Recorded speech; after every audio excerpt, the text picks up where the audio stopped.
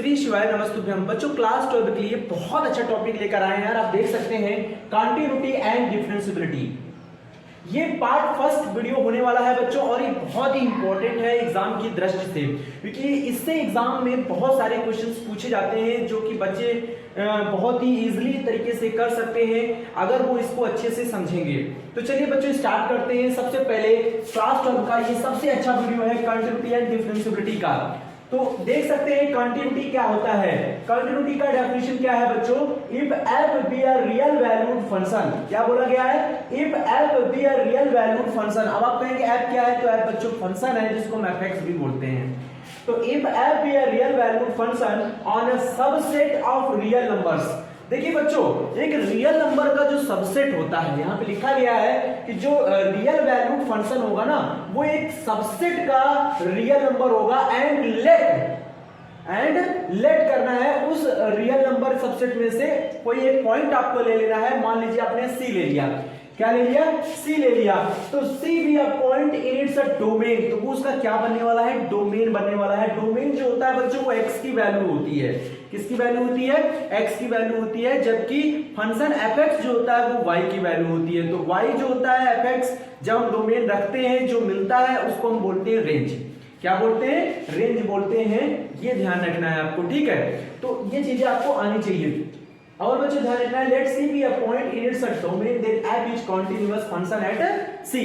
तो c point पर वो फंक्शन क्या हो जाएगा? कॉन्टिन्यूअस हो जाएगा अगर वो रियल वैल्यू फंक्शन उस सबसेट में से जो भी आपने एलिमेंट लिया है वो क्या करता हो, उसके डोमेन के लिए फंक्शन को कॉन्टिन्यूअस बनाता है सी पॉइंट पर। तो लिमिट आपको इस तरह से लिखना है बच्चों, limit x tends to c f x is equal to. अब आप क्या करेंगे बच्चों, x, क्योंकि c वैल्यू पर रियल वैल्यू फंक्शन पर क्या था? डिफाइन था, पॉइंट पर डिफाइन था। तो c वैल्यू आपको x की जगह c लगा देना है। क्या लगा देना है? c लगा देना है। तो fc हो जाएगा। ये हमारा लिमिट लगाने का एक प्रोसीजर है जिसको आपको आना चाहिए, ठीक है ना? उसके बाद आप देख सकते हैं बच्चों, मैंने यहाँ लिखा है limit x tends to c plus. अब ये सी पॉइंट पर ही तो आपको चेक करना है कि उसके लेफ्ट में और उसके राइट में कितना डिफरेंस होने वाला है, ठीक है? तो limit x tends to c plus f x is equal to limit x tends to c minus f x is equal to f c, यानी फंक्शन। यानी तीनों चीजें आपको चेक करनी है। अगर तीनों चीजें इक्वल आती हैं तो हम बोलते हैं फंक्शन क्या होगा बच्चों? कॉन्टिन्यूअस होगा at x is equal to c पर। c पॉइंट पर वो फंक्शन कैसा होगा? कॉन्टिन्यूअस होगा। कब होगा? जब राइट है लिमिट, लेफ्ट है लिमिट और फंक्शन तीनों इक्वल आएंगे। और एक तरह से ये एडजस्ट भी करने चाहिए, ठीक है? तो जब तीनों एडजस्ट करेंगे तो फंक्शन कैसा होगा? एक एडजस्ट के साथ साथ इक्वल भी होंगे। इक्वल होंगे, फंक्शन कैसा होगा? कॉन्टिन्यूअस होगा at x equal to c पर। इसको और किस तरीके से लिख सकते हैं बच्चों? मैंने यहां मेंशन किया हुआ है। और right limit is equal to left limit. इसको राइट लिमिट बोलते हैं। यहां देख सकते हैं c प्लस लगा हुआ है, तो इसको राइट लिमिट बोलते हैं। c माइनस लगा हुआ है, लिखा है ना limit x tends to c minus. तो यहाँ पे आप देख सकते हैं लेफ्ट लिमिट बोलते हैं। और फंक्शन एज इट इज ऐसे ही लिखा रहेगा, ठीक है? fc रहेगा। उसके बाद इसको और किस तरीके से हम लोग देख सकते हैं, बुकों में इस तरह से भी लिखा रहता है fc प्लस 0, fc माइनस 0 और fc। ये तीनों कैसे होने चाहिए? इक्वल होने चाहिए। इसे हमें सी पॉइंट पर चेक करना है। तो c प्लस 0 लिखने का मतलब राइट हैंड लिमिट हो गया बच्चों, और c माइनस 0 लिखने का मतलब लेफ्ट हैंड लिमिट हो गया। और fc मतलब उस फंक्शन पर वो लिमिट क्या किया है? चेक किया जा रहा है। तो हम ये तीनों चीजें अगर इक्वल पाएंगे तो हमारा जो फंक्शन होगा वो कैसा होगा? कॉन्टिन्यूअस होगा। यानी f is continuous at x equal to c आपको लिख देना है, ठीक है ना? तो बच्चों इसको नोट कर लिया। और हमने कुछ ग्राफ बनाया है, उसको समझना है। जैसे मैंने यहाँ दिया है ये x है, ये हमारी डोमेन लाइन है, और ये हमारा रेंज y है, ठीक है? तो x और y, यानी y हमारा किसके इक्वल होता है बच्चों? आपको पता होना चाहिए y fx के इक्वल होता है। y फंक्शन के इक्वल होता है और x के टर्म में वो फंक्शन मिलने वाला है, ठीक है? तो बच्चों देख सकते हैं यहाँ पे ग्राफ जो है आपका, जो ये लाइन आ रही, कर्व जो आ रहा है वो कहीं पे ब्रेक नहीं है। कहीं पे ब्रेक मतलब टूटा हुआ नहीं है। तो ये कर्व हमेशा क्या रहेगा? कॉन्टिन्यूअस ही रहेगा। क्या रहेगा? कॉन्टिन्यूअस रहेगा। अब दूसरा कर्व देखिए, आप यहाँ देखिए, यहाँ से ये ब्रेक हो गया, यहाँ पे ये क्या हो गया? ब्रेक, यानी टूट गया है, ग्राफ टूट गया है।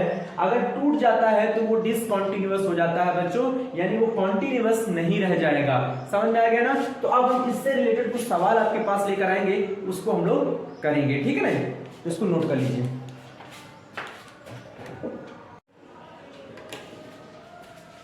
बच्चों यहाँ पे जो सवाल आपके पास लेकर आए हैं उसको देख सकते हैं, एक्सरसाइज 5.1 का ये सवाल है, prove that the function f(x) is equal to 5x - 3 is continuous at x equal to 0, x equal to -3 and x equal to 5। यानी इन तीनों वैल्यूज पर जो हमारा फंक्शन होगा बच्चों वो हमें प्रूव करना है कि ये कॉन्टिन्यूअस होगा।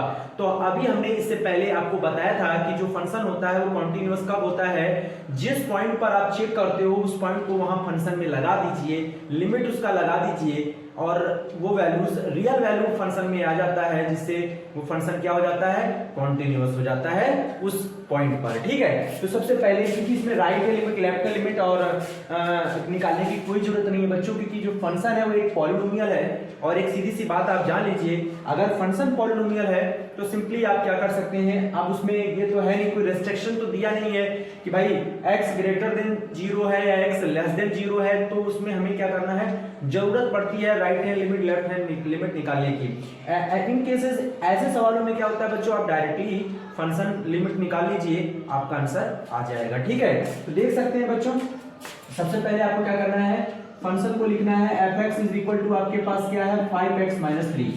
सबसे पहले हम किस पर चेक करेंगे, at x is equal to 0 पर। तो हम यहाँ लिखेंगे लिमिट x टेंड्स टू 0 और फंक्शन लिखेंगे f(x). ओके, अब हमें यहाँ लिखना है limit x tends to 0, f(x) की वैल्यू क्या है 5x - 3। ओके, अब बच्चों हमें पता है कि अगर हमें x की वैल्यू लिमिट हम यहाँ पे लगा दें और फंक्शन अगर हमारा नॉट डिफाइंड हो जाता है, नॉट डिफाइंड मतलब कहने का मतलब एक तरह से हम इनडिटरमिनेट फॉर्म बोल सकते हैं बच्चों। अगर इनडिटरमिनेट फॉर्म बन जाता है, जैसे अब आप कहेंगे कि ये इनडिटरमिनेट फॉर्म क्या होता है, तो बच्चों मैं बता दूं 0/0 हो गया, इनफाइनाइट हो गया, ठीक है, इनफाइनाइट इनटू इनफाइनाइट हो गया, इस तरह का जो भी फॉर्म है 0 टू द पावर इनफाइनाइट हो गया, इनफाइनाइट टू द पावर 0 हो गया, ऐसे जितने भी केसेस होते हैं बच्चों, या हम ऐसे भी लिख सकते हैं इनफाइनाइट माइनस इनफाइनाइट, ये सारे आप क्या है, ये आप देख सकते हैं नॉट डिफाइंड है, ये सारे ये नॉट डिफाइंड है, यानी हम कह सकते हैं ये सारे इनडिटरमिनेट फॉर्म है।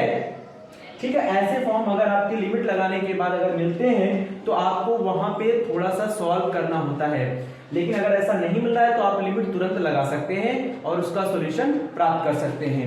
ठीक है ना, तो बच्चों यहाँ पे तो ऐसा कुछ बनने वाला नहीं है, आप देख सकते हैं मैंने यहाँ 0x की जगह लगा दिया, क्योंकि x किसको अप्रोच कर रहा है, 0 को। तो जब x 0 को अप्रोच करेगा तो मैं x यहाँ पे 0 रख दूंगा, तो 0 का 5 में इंटू क्या हो जाएगा 0 -3 और ये आ गया -3। और आप देख सकते हैं -3 एक रियल वैल्यू मान है, ठीक है ना। तो आप देख सकते हैं इसका जो एट x इक्वल टू 0 पर जो फंक्शन की जो लिमिट आ रही है, मतलब लिमिट लगाने पर जो वैल्यू आ रही है वो क्या आ रही है, -3 आ रही है। तो ये हमारा फंक्शन कैसा होगा, कॉन्टिन्यूअस होगा। तो यहाँ लिख सकते हैं f इज, ये प्रूव हो गया बच्चों। अब आपको इसमें लेफ्ट राइट लगाने की जरूरत नहीं है, तो f is continuous at x is equal to 0। ये तो रहा पहला वाला बच्चों। अब हम सेकंड की बात करते हैं, एट x इक्वल टू -3 की। तो सिंपली आपको इसी तरह से लगाना है बच्चों। तो यहाँ पे फिर से लिखेंगे लिमिट x टेंड्स टू -3 पर चेक करना है। fx हमारा जो है वो एक ही है, देख सकते हैं यहाँ पे क्या है, fx हमारा क्या बच्चों 5x - 3 है, यहाँ लगाएंगे, फिर इसमें x की जगह -3 लगा देंगे और ये देख सकते हैं ये नॉट डिफाइंड वैल्यू नहीं बन रही है, मतलब इनडिटरमिनेट फॉर्म नहीं है। आप लगाइए -3x की जगह लगाएंगे, -3 और 5 का इंटू कितना हो जाएगा, -15 और -3 माइनस का 18 हो गया, ठीक है ना, -18 हो गया। यानी एट x इक्वल टू -3 पर फंक्शन कितना आ रहा है, मतलब लिमिट की वैल्यू कितनी आ रही है, -18 आ रहा है। तो इसका मतलब फंक्शन हमारा कॉन्टिन्यूअस है, फंक्शन हमारा क्या है, कॉन्टिन्यूअस है at x is equal to -3 पर। अब बच्चों हमें थर्ड वाला चेक करना है, कौन सा चेक करना है, थर्ड वाला।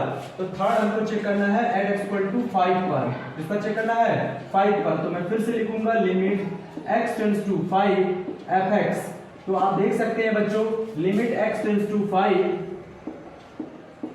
fx की वैल्यू हमारी वही रहेगी 5x - 3। अब 5 यहाँ लगा दीजिए, 5 5 जा 25 और 25 में -3 करेंगे तो आप समझ सकते हैं यहाँ पे आपको मिलेगा 22। कितना मिलेगा, 22। तो ये आपका आंसर हो जाएगा। यानी हम कह सकते हैं यहाँ पे लिखना पड़ेगा बच्चों कि f is continuous at x is equal to 5। यानी ये जो सवाल है वो बच्चों इस तरह से आपको लगाना है, ठीक है ना।